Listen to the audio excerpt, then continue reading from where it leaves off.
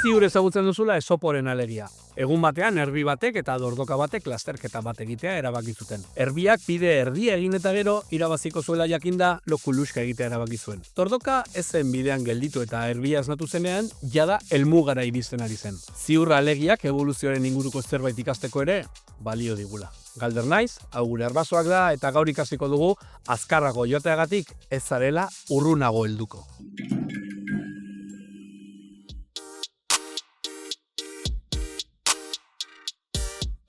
Aurreko bideo batean kontatu nizuen bezala, orain dela 320 milioi urte inguru, arrautzak lehorrean jartzeko gaitasuna zuen animalia mota bat agertu zen, amniotak. Hor nonbait bizi zen erbien eta dordoken, sugeen eta elefanteen eta gizakien eta txantxangorrien arteko arbaso komuna. Erbien eta dortoken arbaso komuna nolakoa zen jakitea zaila da, baina uandre baten eta sugandia baten arteko zerbaiten antza izango zuen. Zuk, nik eta udako egun bero batean eguzki hartzen egoten den sugandia batek, orain dela 120 milioi amona bizi zen arbaso komun bat dugu. Arrautza jartzen zituena, lehortetik babesteko adaptazioak zituena, eta ziurrenik inguruko anfibioak baino txikiagoa zena. Gogoratzen duzuen nola aipatu genuen narrastiak eta hegaztiak diapsidoak zirela?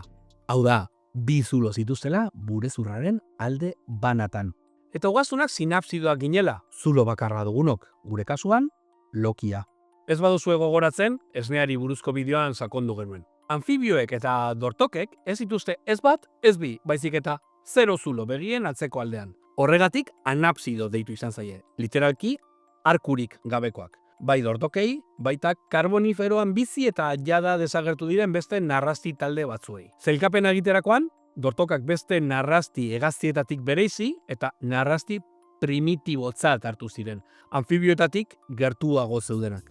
Baina fosil gehiago aurkitu ditugu, eta badirudi tortokarik zaharrenak bi zulo zituztela burezurrean, gainontzeko narrastiek bezala, eta gerora galdu zituztela zulo horiek. Anapsidoak beraz talde parafiletikoak dira.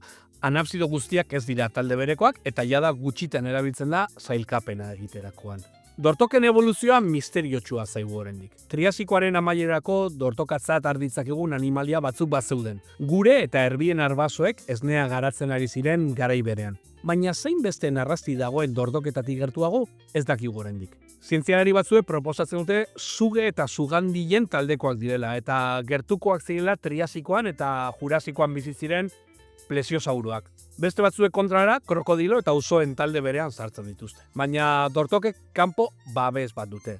Armatutako narrastiak dira. Euskaraz, apo armatu hitza erabiltzen dugu dortoken sinonimo gisa. Naiz eta ez diren apoak. Argi dago, zein den oskol gogor horren abantaila. Gorputza erasoetatik babesten dute, eta harrapakari bat etorriz gero gaitasuna dute oskolaren barnean sartzeko. Badakigu, fosilak aurkitu direlako, dortoken arbasoek saiets zabalak zituztela, baina oraindik oskolik ez.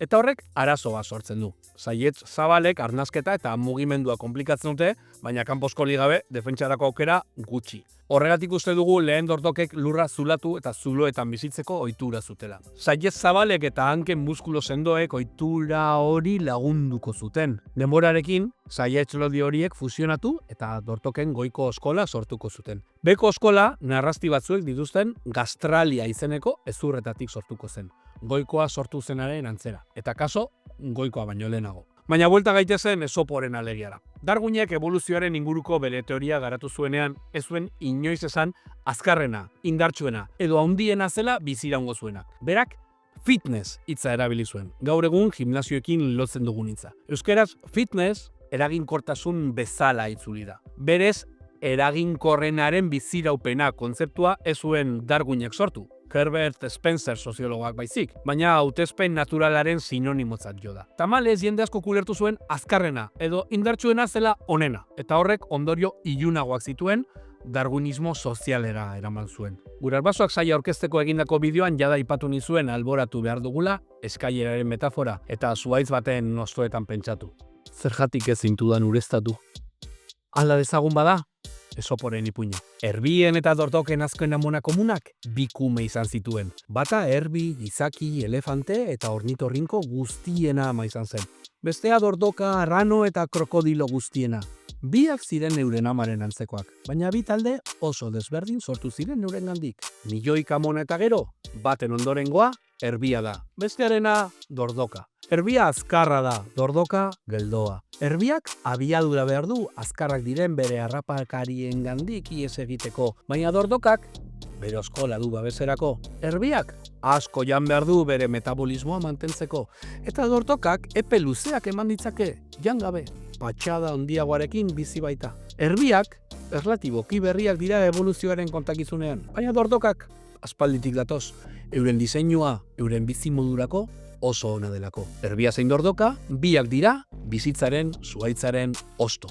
Biek evoluzionatu dute euren bizimodurako, eta biak iritsi dira gaur daño. Biak dira amona berberaren ondorengo, gure amona ere bazena, gero eta sakonago aztertzen ari garen, biziaren zuhaitz honetan. Agur erbasoak da, eta ikusgelan zaude. Gustatu bazaizu arpidetu eta eman like. Urren arte!